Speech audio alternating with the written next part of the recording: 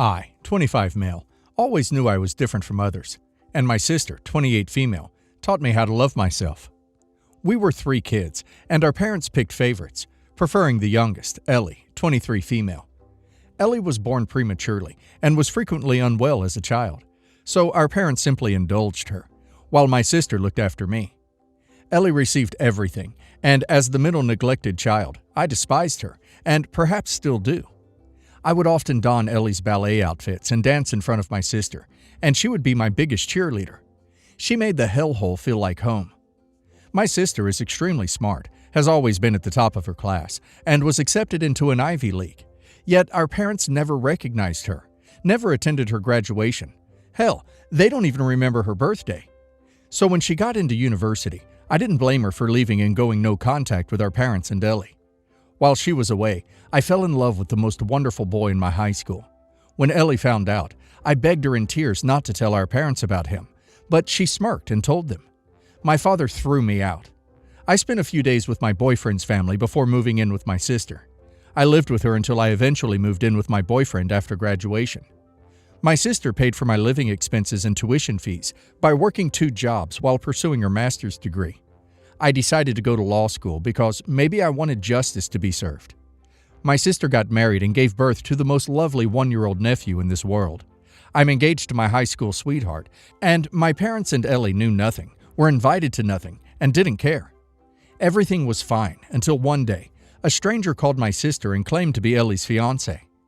Apparently, Ellie got knocked up by some random guy, has a 4-year-old daughter, lied to everyone that the child is my sister's, and she abandoned the baby because she didn't want a girl. Her fiancé called my sister to curse her and tell her what a terrible human being she is, that she does not deserve to be a mother, that my nephew will never be happy, and so on. My sister didn't want to get involved with them, so she just denied being the child's mother and ended the call. I, on the other hand, called that guy and threatened to sue him and his virtuous fiancé for defamation and aggression. I know I can't do much, but who cares? The next day, after 8 years, my parents and Ellie magically discovered a means to locate me. They came to my house and threatened to take back the fake case, claiming that a useless and pathetic guy like me is jealous of their daughter's happiness. A lot of homophobic words, a lot of swearing, thrashing about my house, and shattering a vase, all of which were perfectly captured by my amazing fiancé. Well, I posted the video online, circulated it in all of my family, friends, and community groups, and told them all about how they treated me and my sister, with a special mention to Ellie and her baby daddy, who I discovered is a felon. Ellie's engagement failed. They are being publicly embarrassed, and my mother even contacted me in tears, saying, "If I beg your forgiveness, will you take everything down?" I was having fun. However, my sister quickly found out about it and expressed her displeasure with how I made private problems public, saying that while she supports and understands me, I should not have behaved that way and should have taken the better road and not acted like an a-hole. It occurred to me, and I just needed to know whether I was genuinely an a-hole. Your sister is a saint. She's right about posting the video being the low road, but I don't think anyone could blame you considering your circumstances. Not the a-hole. Not the a-hole. Let go of the guilt. Be a bigger person means be a doormat. Don't be a doormat. Your family won't try things like this if this is the consequence. Apologize to your sister if she experienced any negative repercussions, though, and try to make amends for those. With people like your family, you can take the high road, which is what your sister was doing, until the cows come home. The problem with that is, they'll continue to come at you. There's no way her simply denying Ellie's lies and hanging up the phone was going to solve anything. Be aggressive toward you and harass you, and they'll do it privately while defaming, blaming, and ridiculing you publicly. It's like being pecked to death by rabid birds, and the only way to stop it is to drag them into the light. That's what you did. You didn't fight dirty. You didn't set them up. Let's be clear about that.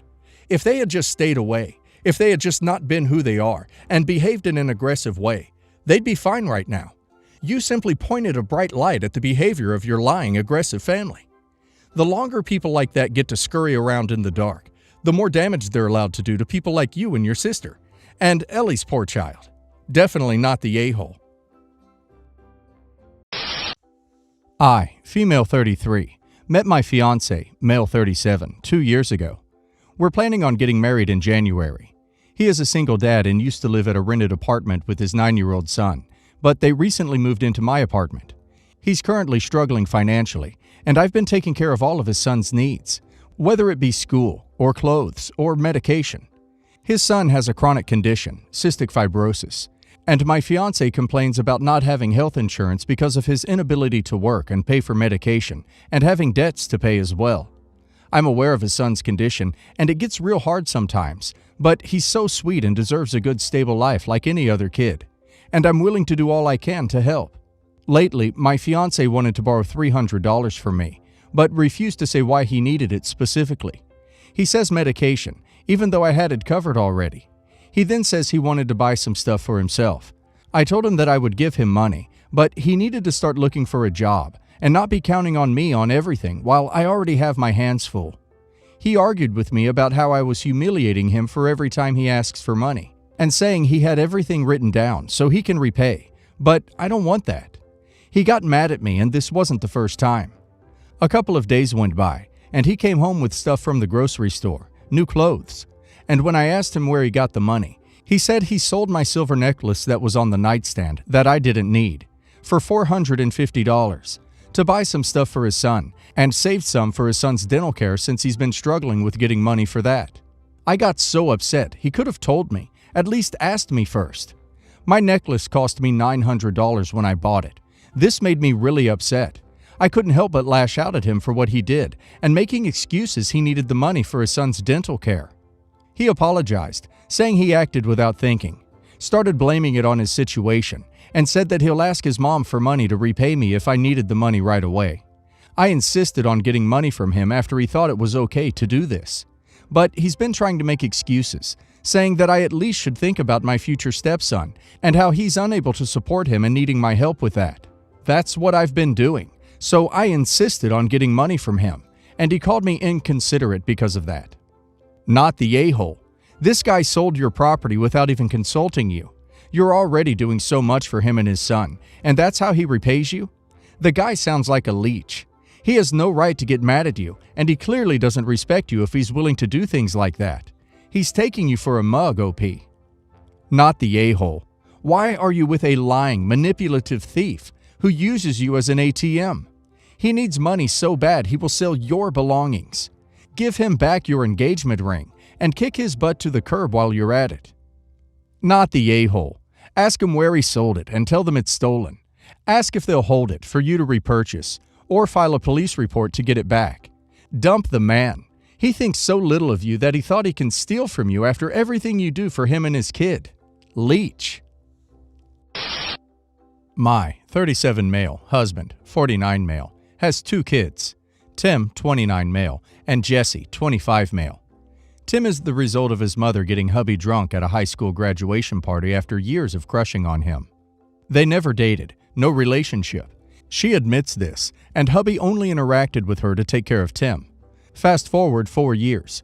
She drops Tim off for his weekend and infant Jesse, and never picks them up. Long and short of it, my husband got sole custody of Tim, and she agreed to him adopting Jesse. She stayed out of their lives until Tim was 17, and she cleaned up her life. Awesome. Jesse wants nothing to do with her, but according to hubby, Tim has lived with her ever since they reunited.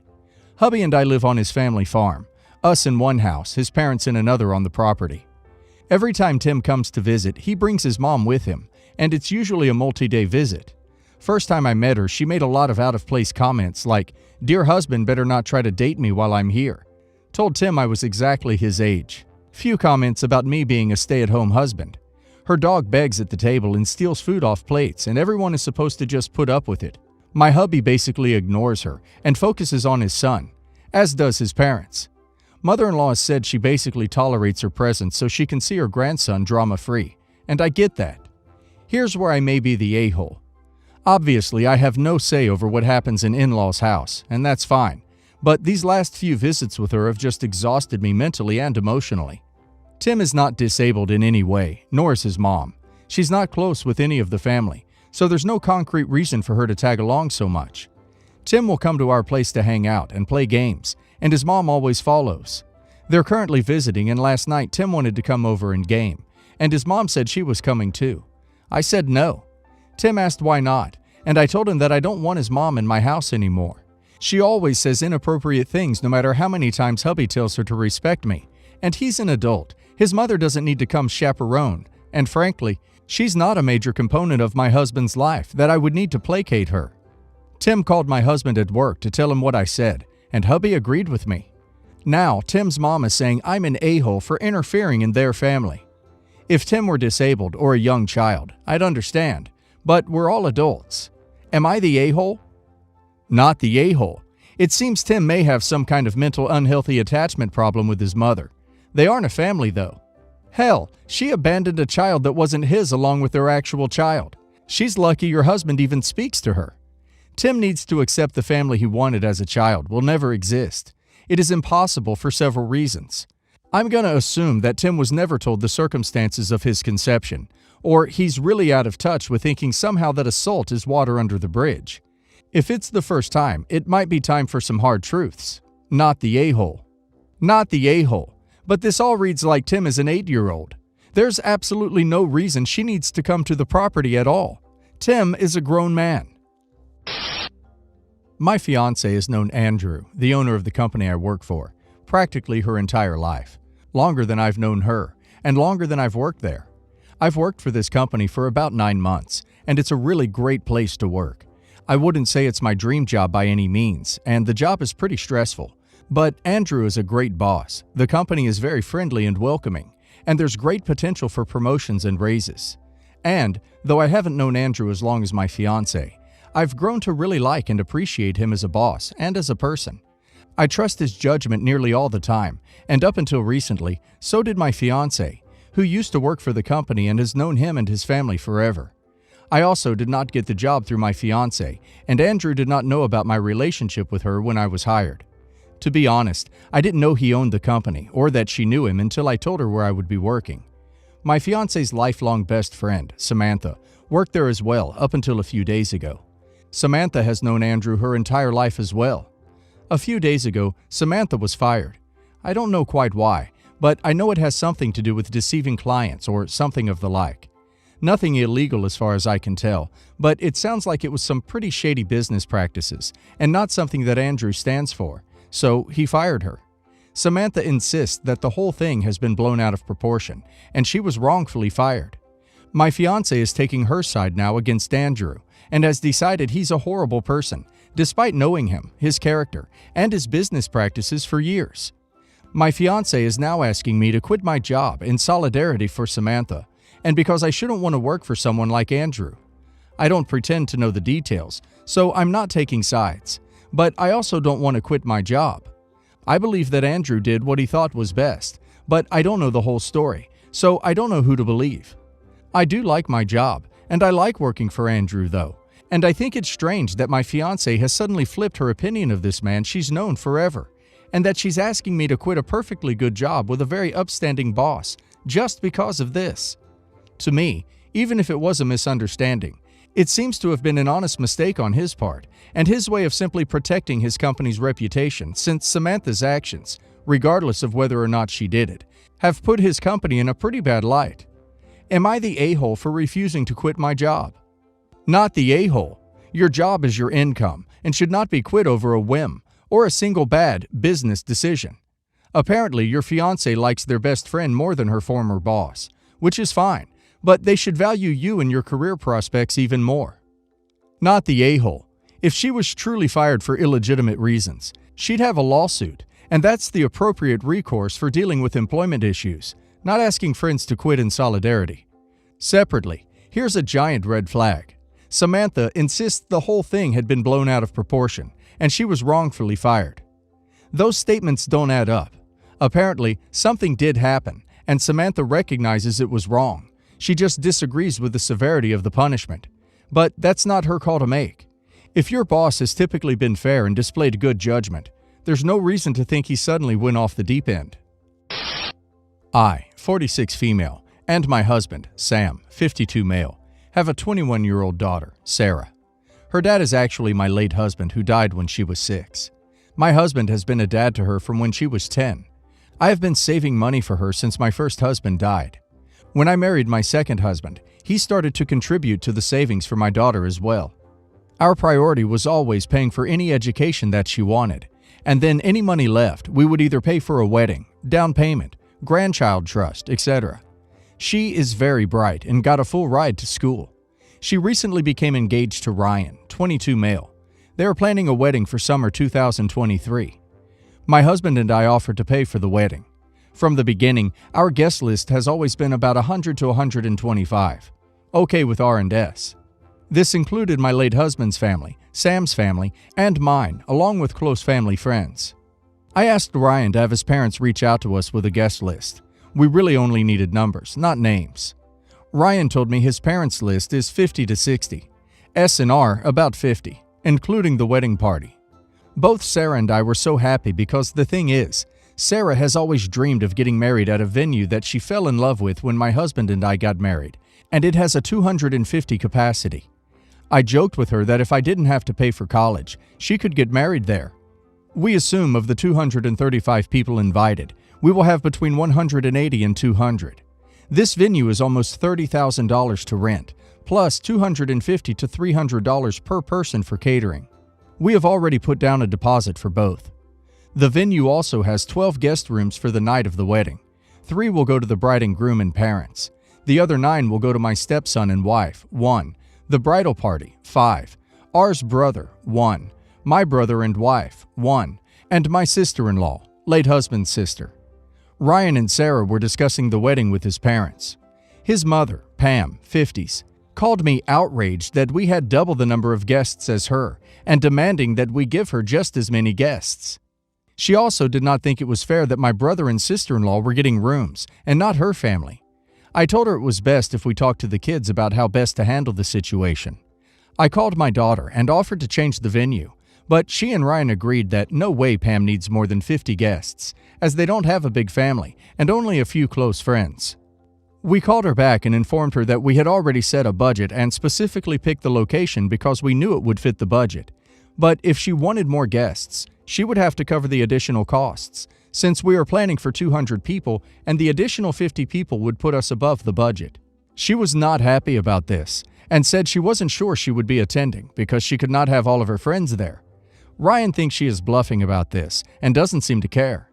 Am I the a-hole for inviting more of my guests for a wedding that I am footing the whole bill for and asking the complaining mother of groom to fund her additional guests?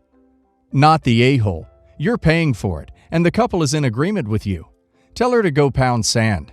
Also, $90,000 for a wedding is insane. Just saying. Not the a-hole. This seems like something your daughter and Ryan should be handling. If he's so confident they don't need other guests, he can tell his mother that, rather than you being the middleman. Ultimately, it was him who gave you the numbers that led to it being lopsided. It's not like you've cut their list down to fit in more of your guests. So here's the deal. My 31 female husband, 42 male, has a 14-year-old stepson who lives with us full-time. I love this kid like my own, and I really don't have much of a distinction between him and my own kids. 2 baby boys, 20 months old and 2 months. Note, I just had a baby, so my body is in a particularly embarrassing, odd state at the moment. I had been bleeding for some time when this subject came back up, and I am lactating and sweating like a hog. So my side of the bed is not really one I want to be sharing with anybody to begin with, other than my husband and the babies. I would be reluctant to share my side of the bed at this moment with an older son of mine. I don't even mind if they are snuggling over the covers and under a throw blanket, but this kid burrows in like a honey badger and gets cozy. But on top of that, I just don't want to be restricted from my bed in my bathroom, especially when I am already in the course of using it. For instance, I have no problem with my stepson using our bathroom to take showers or baths in, or for him going in there for any reason. I don't have an issue with him coming into our room for any reason. But my husband just loves to cuddle with him in our bed for long hours of the night, when it is way past our regular bedtime, and I have work the next day, or long after I have taken a shower and gotten out and haven't gotten clothes. Just tonight, my husband was having a heart-to-heart with his son, and after they had showers, they reconvened in our bed. I passed through the bedroom, clearly stinking and sweaty, and my husband mentions as I pass that my youngest son needs to be breastfed too, so to hurry up.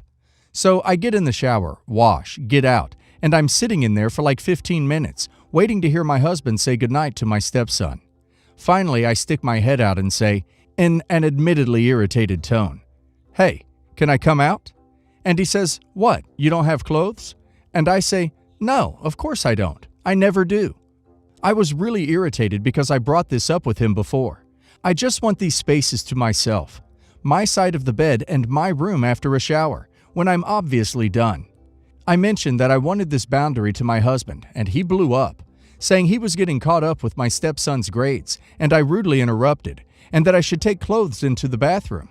The thing is, we have 2 or 3 other places where people could comfortably snuggle, 2 with TVs, so these special late-night movie times don't have to be in our bed. Am I the a-hole? Not the a-hole. If your husband wants to have heart-to-hearts and cuddles with your oldest, that's lovely. He can do that in the kids' room. Not the a-hole.